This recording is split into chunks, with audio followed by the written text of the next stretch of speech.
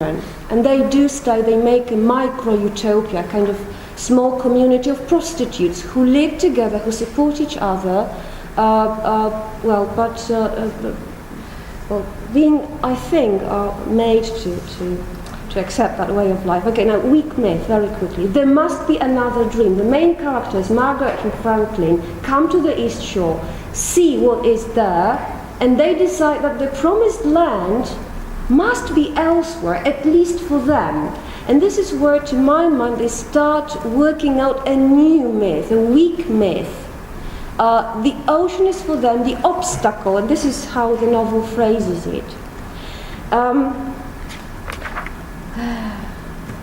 so those two characters negotiate with the past. They don't leave it behind. There's no forgetting that I mentioned, reversing the myth. There is this negotiation by means of metaphorical elements, metal, talismans, and spyglass. No time for that. There is also this loving relation with the past, also among people, and this is the metaphor of fingering, touching, turning and returning in your hands that the novel is peppered with.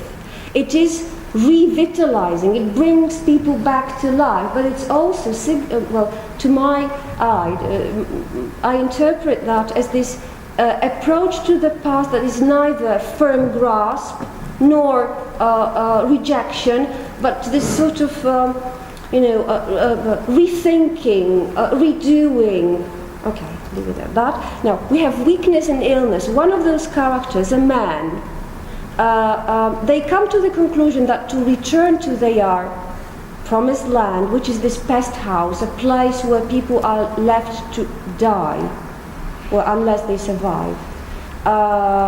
So they decide to return there, and this Franklin, a big lanky guy, he decides that he will be shaven all over because it's the sign of weakness, of illness, of something that kills.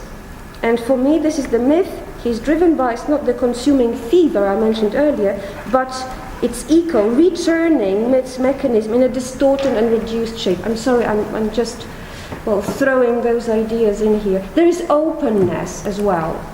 They end up in the pest house, but the novel leaves it vague whether or not they stay there. The promised land might be elsewhere. There is no closure. I forgot to tell you, the weak myth is against finality, against closure. It leaves things open for eternity. And when Margaret stands at the threshold of the pest house, she says, "So this is it?"